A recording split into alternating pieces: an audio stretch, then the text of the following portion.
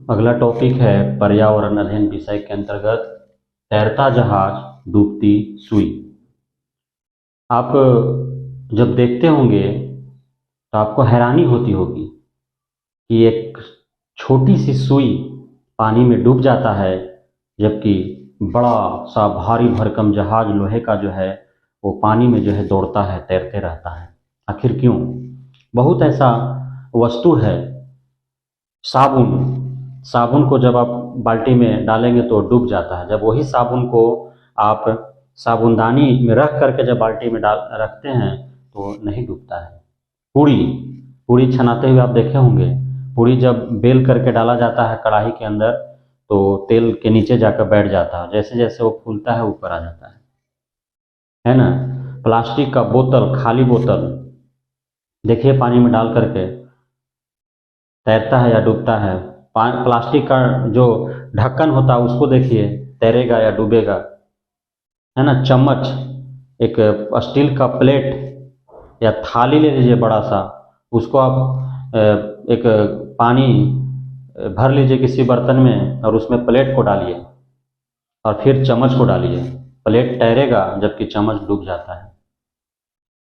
तो ये सब आखिर क्यों होता है ऐसा?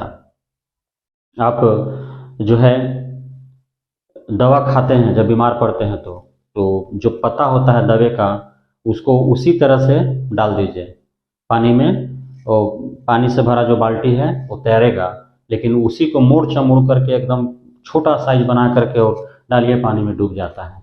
क्यों?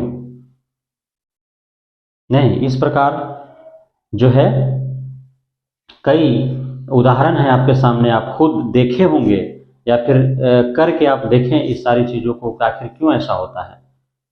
बड़ा सा चीज तैरने लग रहा है, छोटा सा चीज डूब जा रहा है, आखिर क्यों? नहीं, तो इसमें ये जो टॉपिक हमारा है तैरता जहाज डूबती सुई, इसमें ये इसी रहस्य को जानना है कि आखिर रहस्य क्या है इसके पीछे, कि भारी भरकम जहाज जो है वो तैरता है और एक छोटा सा सुई जो है डूब जाता है। आइए कुछ उदाहरणों के माध्यम से हम समझते हैं। गीले आटे को बेलकर गर्म तेल में डालने पर डूब जाती है, जबकि फूला हुआ पूरी तैरता है, क्यों? तो जब हम लोई गीले आटे का लोई जो है उसको बेल करके और जब कढ़ाई में डालते हैं तो डूब जाता है, इसलिए कि पूरा जो है जो हम बेलते हैं वो पूरा सपाट होता है, समतल। वो जो घेरता है आयतन, उसका घनत्व जो है वो तेल के घनत्व से ज़्यादा होता है।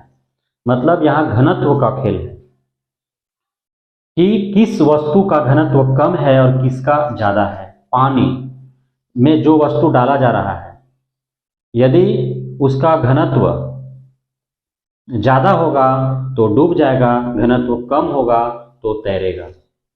साबुन का घनत्व जो है वो जितना स्थान साबुन घेर रहा है उतने स्थान में बाल्टी का जो पानी है उसका घनत्व कम पड़ जा रहा है साबुन की अपेक्षा, इसलिए साबुन उसमें डूब जा रहा है।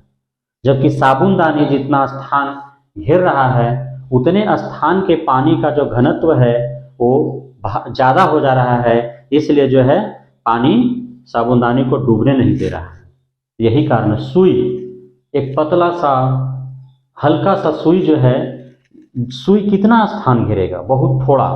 तो सुई जितना स्थान पानी में घेर रहा है उसमें पानी का जो घनत्व है वो सुई से कम पड़ जा रहा है, सुई का घनत्व उसके अपेक्षा ज़्यादा हो जा रहा है, इसलिए सुई डूब जा रहा है। जबकि भारी भरकम जो जहाज है जितना स्थान घेर रहा है उतने स्थान का पानी का घनत्व ज़्यादा हो जाता है और जहाज उसके अपेक्षा उसका घनत्व कम पड़ जाता है, इसलिए जहाज जो है वो तैरता है पानी के ऊपर। ये जो भी आपके सामने उदाहरण है, फूली हुई पूरी पानी से भरे बर्तन में रखने पर तैरेगी या डूबेगी? तो प्रारंभ में तो तैरेगी, लेकिन थोड़ी देर के बाद नहीं, जब जो पूरी है वो पानी से भीग करके जब गीला हो जाएगा तो वो सपाट हो जाएगा, उसका जो है घनत्व तो बढ़ जाएगा तो डूबेगा। स्टील की प्लेट पानी में तैरता है क्योंकि स्टील के प्लेट का जो घनत्व है वो पानी की अपेक्षा जो है वो कम पड़ जाता है, जबकि चम्मच क्या घनत्व जो है वो ज़्यादा पड़ जाता है पानी की अपेक्षा, इसलिए वो डूब जाता है। प्लास्टिक का ढक्कन पानी में तैरता है। साबुन हमने बताया आपको कि साबुन पानी में डूब जाएगा, जबकि साबुनदानी के ऊपर जब साबुनदानी में साबुन रख करके जब आप बाल्टी पानी से भरे बाल्टी में डालेंगे तो साबुनदानी तैरने लगेगा। लोहे का भारी जहाज पानी में तैरता है और सुई डूबता है। हमने आपको बताया इसका कारण क्या है। तेल, तेल आप कभी भी देखे होंगे कि तेल जब पानी में आप डालेंगे तो तेल ऊपर आपको दिखते रहेगा, बूंद बूंद दिखते रहेगा, वो पानी में घुलता नहीं है। क्यों? क्योंकि तेल का जो पृष्ठीय घनत्व होता है वो पानी से क्या होता है, पानी से कम होता है, इसलिए पानी में वो घुल नहीं पाता है ना। वहीं दूध में आप पानी डालेंगे तो पानी और दूध घुल जाता है। दूध में पानी डालेंगे तो पानी और दूध घुल जाता है नहीं, लेकिन तेल जो है वो पानी में नहीं घुलता है। पानी में शक्कर, चीनी हम पानी में डालेंगे, चीनी है, नमक है ना, आपका चौक जो बोर्ड पर हम लिखते हैं चौक का टुकड़ा है, मिट्टी है, ये सब जो है पानी में घुल जाते हैं। लेकिन इन्हें इसे जो पानी में घुलने के बाद यदि 2 मिनट 5 मिनट के लिए छोड़ देते हैं तो आप देखेंगे कि जो घुला हुआ पदार्थ है, चाहे चीनी हो, नमक हो, मिट्टी हो, चौक हो, वो जो है नीचे तली में जाकर के बैठ जाते हैं। आप तालाब में देखे होंगे, कुआं में जब कुआं पूरा धूल गर्दा से गंदा हो जाता है, जब तालाब जो है गंदा हो जाता है, या मछली जब कोई पकड़ता है किसी गड्ढे में तो पूरा जो है वो कीचड़ कीचड़ करता है, पानी पूरा गंदा हो जाता है।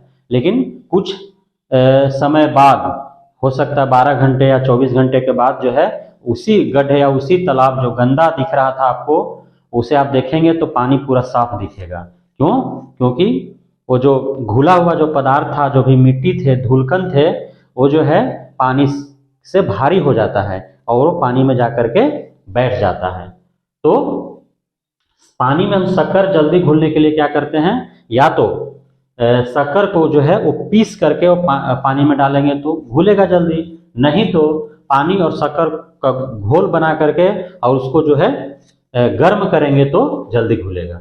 पानी को गर्म करने पर पानी कम जाते हैं, क्यों? तो जब पानी को हम हीट देते हैं, उष्मा देते हैं, गर्मी देते हैं, गर्म करते हैं, तो पानी जो है गर्म होकर के वाष्प बनता है, और वाष्प जो है वो क्या होता है, उड़ता है हवा के साथ। पानी ही वाष्प बन करके उड़ता है, जिसको वाष्पीकरण कहा जाता है। तो जब पानी गर्म होकर के, पानी वाष्प बन करके और उड़ जाता है तो पानी जो है बर्तन में कम हो जाता है, क्योंकि कुछ पानी गर्म होकर के वाष्प बन के उड़ गए, इसलिए कम हो जाते हैं। चाय बनाते समय क्या क्या घुल जाते हैं और क्या क्या नहीं घुलते हैं, आप चाय घर में बनते हुए देखे होंगे, तो उसमें क्या घुल जाता है। जैसे आपका चीनी डालेंगे घुल जाएगा, नमक डालेंगे घुल जाएगा, है ना, उसमें दूध डालेंगे, पानी डालेंगे, ये सारे घुल जाते हैं। चाय बनाते समय पानी, दूध, नमक, चीनी घुल जाते हैं, जबकि वही चाय पत्ता आपको चाय छन्नी में छानना पड़ता है। आप उसमें आदि डालते हैं, चाय छन्नी में जो है वो छन जाता है। तुलसी का पत्ता डालते हैं, आपको छन जाता है नहीं, लेकिन वही नींबू का रस उसमें जो है डालेंगे तो रस तो घुल जाएगा नींबू का, लेकिन नींबू का बीज जो है वो आपको चाय छन्नी में छन जाता है। तो इस प्रकार जो है चाय बनाते समय नींबू का रस, नमक, चीनी, पानी, दूध ये घुल जाते हैं, जबकि चाय पत्ता, आदि, तुलसी पत्ता ये जो है आपको छन जाते हैं, नहीं, वो नहीं घुल पाते हैं, उसको चाय छन्नी में छानना पड़ता है। आप देखते हैं कि कपड़ा, आपका कपड़ा जो है वो आपकी मम्मी सुखाने के लिए कहाँ रखती है, धूप में जाकर डालती हैं। क्यों? पानी से भींगा हुआ कपड़ा को सुखाने के लिए धूप में रखते हैं। क्यों रखते हैं? क्योंकि धूप लगने से जो है कपड़ा है वो गर्म होगा, और हमने आपको बताया कि गर्म जब होता है तो पानी वाष्प बन करके उड़ जाता है।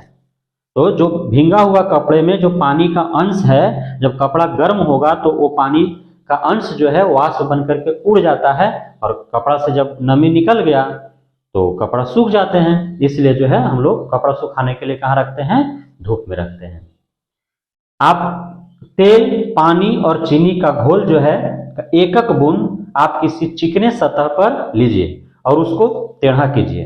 अब देखिए कि तेल, पानी और चीनी के घोल का जो बूंद है उसमें से कौन सबसे आगे तेजी से निकलता है ना। तो हमने आपको बताया कि तेल, पानी और चीनी के घोल में सबसे हल्का कौन है, तो वह है तेल। तो हल्का है वही आगे जल्दी बढ़ेगा, उसके बाद पानी जाएगा और उसके बाद चीनी का घोल, है ना।